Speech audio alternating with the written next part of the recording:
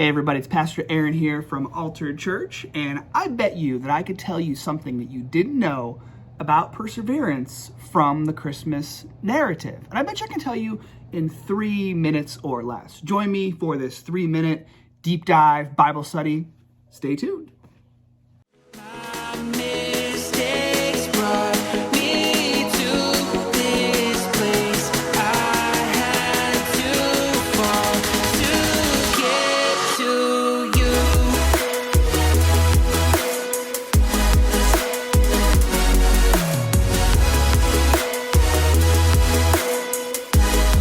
Okay, so I've got my coffee and my little brown notebook, and I'm ready to jump in. So this morning I was looking through my Bible, and I'm thinking, okay, Aaron, what can you find that's good for a 3-minute deep dive? And the first thing I came across is this census that they were doing in Luke chapter 2. The census that brought Jesus' family out of their hometown into Bethlehem so that they could be counted by the Roman government. And I thought to myself, man, that must have been hard for them. And I kept reading, and what came to me was all the different obstacles this family had to go through. First of all, as we read in Luke chapter 2, as I mentioned, there was this government squeeze, right? They were really up against it based on forces out of their control. And one of those was indirect, and that was the government forcing them to move, to do the census.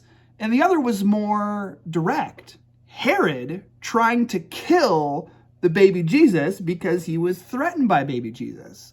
And this happens when Jesus is about 2 years old. We read about this in Matthew chapter 2, verse 16. So there was a government squeeze. They had to persevere through that. They had to work through that and battle through that. And there's poverty. Look, there's no room at the inn. They don't have any resources to help their family reach safety. So there's a government squeeze. There's poverty. And there's also fear and instability. This family has to flee to Egypt. They were afraid for their lives. They didn't have a place to stay, and people were trying to kill them. So again, you've got a government squeeze, you've got poverty, and you've got fear and instability. And number 4, there was waiting. Waiting for how many years? 30 years? 30 years before Jesus was old enough to begin his ministry. And so what this means is that Joseph, the guy who raised Jesus, was probably dead by the time that Jesus began his ministry. And his mother, Mary, here's the thing. She expects her son to be the Son of God and to do all these wonderful things, which he does, but no one really likes him. And they crucify him. And so there's this waiting for Jesus to start his ministry. And then there's this lifetime, or his short lifetime of his ministry of watching him suffer and then perish. And so as we read all of these things, and of course we know that Jesus rose from the dead and he's made a way for all of us to get to heaven and have eternal life. But as we read all these things, we see a government squeeze, we see poverty, we see fear and instability, we see this long period of waiting. We wonder what that has to do with us. What it has to do with us is helping us understand that external factors have nothing to do with the reality of God's presence in our lives. The government can do whatever it wants. Our finances can do whatever they do. Illness and sickness and death and all those things can happen. It has nothing to do with God's faithfulness and presence in our lives.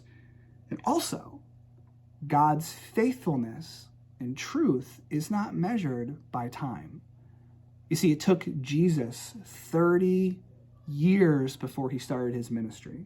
And then another 3 years of ups and downs before there was death, and then finally resurrection. So sometimes we have to wait for God's blessing. And when it comes, it may not be the blessing that we expected or wanted. I'm pretty sure Mary and Joseph expected something a little bit different than what they received. And I think that our lives can be like this as well.